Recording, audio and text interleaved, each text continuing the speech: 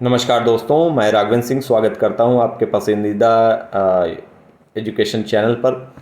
और दोस्तों, आज मैं एक टॉपिक लेकर के आया हूं जो हर प्रतियोगी परीक्षा में अगर उसमें इंग्लिश आती है तो ये क्वेश्चन ज़रूर पूछे जाते हैं। और इसके साथ साथ बहुत सारे बच्चों को, बहुत सारे हमारे कैंडिडेट्स को ये प्रॉब्लम रहती है कि वो वॉइस ऑफ सेंटेंस आइडेंटिफाई नहीं कर पाते हैं और बड़ा सिंपल सा क्वेश्चन वो छोड़ करके या गलत करके आ जाते हैं। दोस्तों, इस एक शॉर्ट वीडियो में हम ये जानेंगे, ये सीखेंगे कि किस तरह से हम किसी भी सेंटेंस की वर्ब का वॉइस आइडेंटिफाई कर सकें। तो बिना किसी समय गंवाए हम लोग शुरुआत करते हैं। दोस्तों, यहाँ पर डेफिनेशन आप देख सकते हैं, मैंने लिखा है कि definition of voice, voice is the form of a verb that shows whether the subject performs the action और रिसीव्स द एक्शन। यानी कि जो वॉइस होता है, वॉइस ऑफ सेंटेंस की बात करें, जो वॉइस होता है वो फॉर्म ऑफ वर्ब होता है। और वो वर्ब ये बताती है कौन सा वर्ब का फॉर्म होता है, first form, second form, third form, वो भी होते हैं। गो, गोज है ना, और गो हो गया, वेंट हो गया, गॉन हो गया, गोज है, इसमें सिंगुलर करने के लिए आता है। तो यहाँ पर लेकिन ये फॉर्म ये बताती है कि यहाँ सब्जेक्ट जो है वो ही एक्शन को परफॉर्म कर रहा है या फिर वो एक्शन को रिसीव कर रहा है। सपोज करो कोई सेंटेंस लिखा हुआ है कि मोहन इज टीचिंग इंग्लिश। ठीक है दोस्तों, इंग्लिश ये लिखा हुआ है। और एक सेंटेंस ऐसे लिखा हुआ है, Mohan is being taught, Mohan is being taught लिखा हुआ है। इंग्लिश आगे कर दें, कोई दिक्कत की बात नहीं। देखिए, ध्यान देना बहुत अच्छे से, ये दोनों अलग अलग सेंटेंस हैं। इसको एक सेंटेंस समझने की गलती मत करना कि सर ने पहले एक्टिव लिखा फिर उसके बाद में उसका पैसिव बनाया है, ऐसा नहीं है। ये दोनों अलग अलग सेंटेंस हैं, केवल इस बात को समझाने के लिए कि सब्जेक्ट एक्शन खुद परफॉर्म करता है और दूसरा एक वॉइस होता है जिसमें सब्जेक्ट एक्शन को रिसीव कर रहा होता है, इसलिए समझाने के लिए। देखिए, इसमें पहले वाले में मोहन जो है वो क्या कर रहा है, टीचिंग कर रहा है। मोहन इज टीचिंग, मोहन क्या कर रहा है, टीचिंग कर रहा है। क्या पढ़ा रहा है, इंग्लिश पढ़ा रहा है, ये सेकेंडरी मैटर हो गया।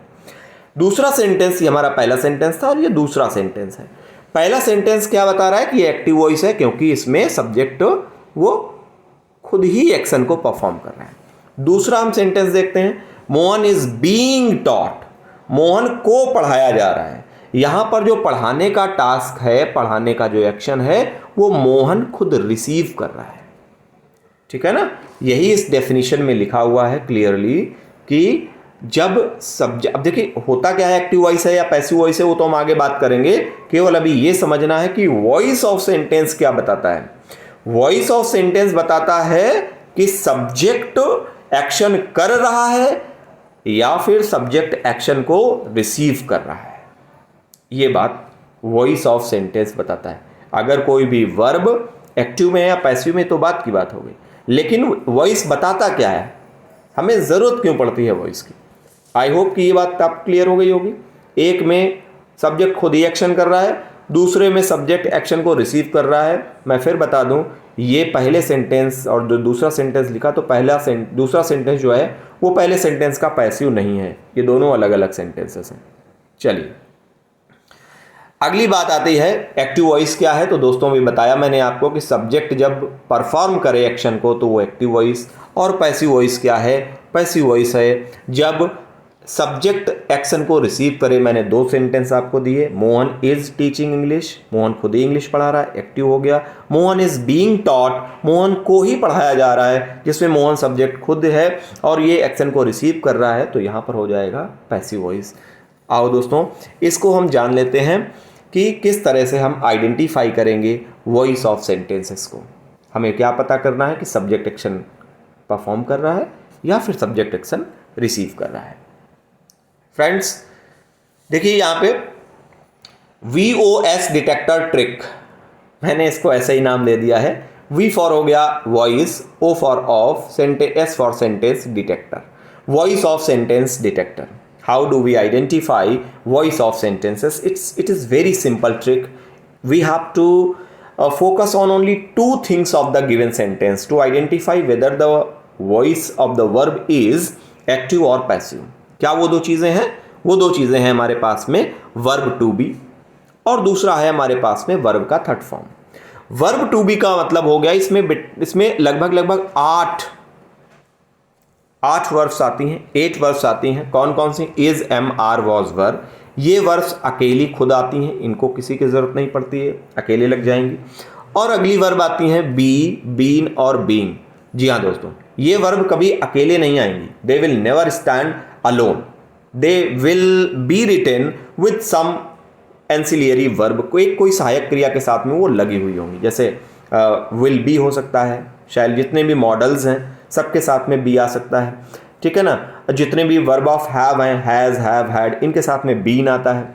और इज, एम, आर, वॉज, वर के साथ में बीइंग आता है। ये हम आगे क्लासेस में डिस्कस करेंगे। हमें अभी क्या फोकस करना है कि how to identify the voice of sentences.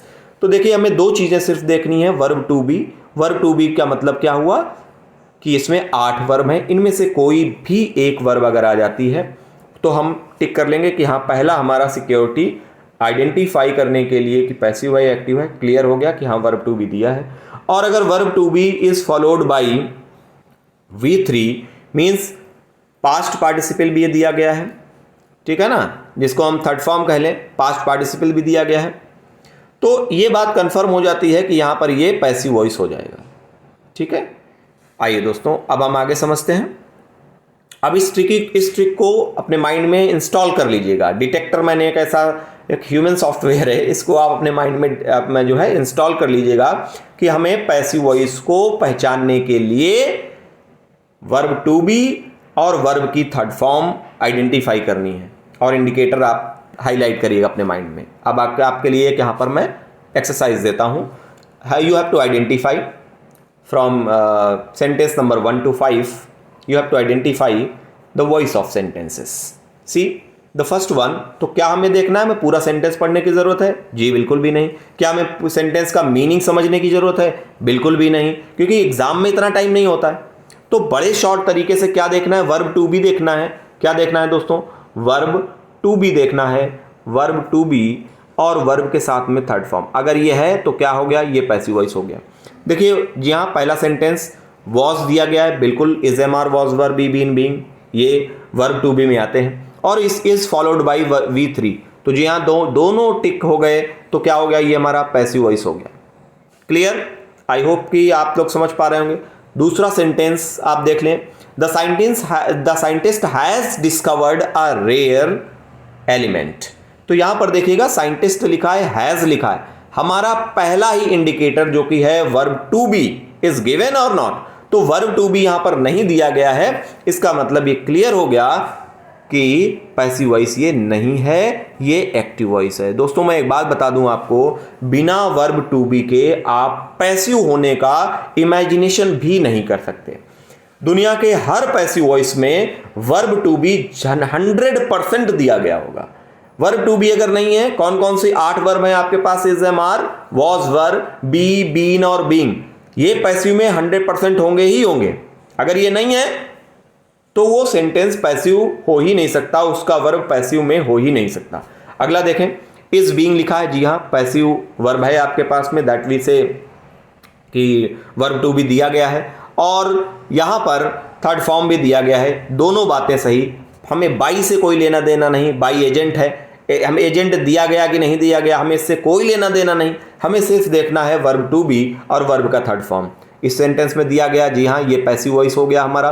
अगला सेंटेंस देखेंगे, विल हैव लिखा है, बीन तो नहीं लिखा, कहीं नहीं लिखा है, थर्ड फॉर्म लिखा, कोई मैटर नहीं रखता, दोनों चीजें होनी चाहिए, verb to be plus third form, तो ये क्या हो गया भाई, एक्टिव वॉइस हो गया हमारा। अगला सेंटेंस देखेंगे, sentence number 5, the suspects were being question, जी हाँ were being verb to be दिया गया है, और क्वेश्चन यानी कि थर्ड फॉर्म डबल टिक हो गया, यानी कि हमारे पास में क्या हो गया, ये इसका वर्ब क्या हो गया, पैसिव वॉइस हो गया। उम्मीद करता हूं दोस्तों कि ये ट्रिक आपको बहुत यूजफुल रहेगी। दुनिया का कोई सेंटेंस लिखा हो, कहीं पर भी लिखा हो, किसी भी एग्जाम में लिखा हो, अगर पूछा गया वॉइस को आइडेंटिफाई करना है, हमें बाई नहीं देखना है, हमें कोई भी एजेंट नहीं देखना, हमें सिंपल सा वर्ब टू बी और वर्ब उसके साथ साथ थर्ड फॉर्म फाइंड आउट करना है। अगर उसी सेंटेंस में दिया गया है 100% वो पैसिव वॉइस है, अदरवाइज वो एक्टिव वॉइस है। तो ये रहे आपके लिए कुछ क्वेश्चंस। क्वेश्चन नंबर आप देख सकते हैं 6 से लेकर के, सेंटेंस नंबर 6 से लेकर के और 10 तक। उम्मीद करता हूं कि विद इन 4 to 5 सेकेंड्स आप रिप्लाई कर पाएंगे कि इसमें कौन सा सेंटेंस एक्टिव है और कौन सा सेंटेंस पैसिव है। इसमें कहीं पर भी कोई बाई एजेंट वगैरह मैंने नहीं लगाया है। उम्मीद करता हूं कि इस छोटे से वीडियो में आपकी एक बड़ी प्रॉब्लम सॉल्व हुई होगी। नमस्कार दोस्तों।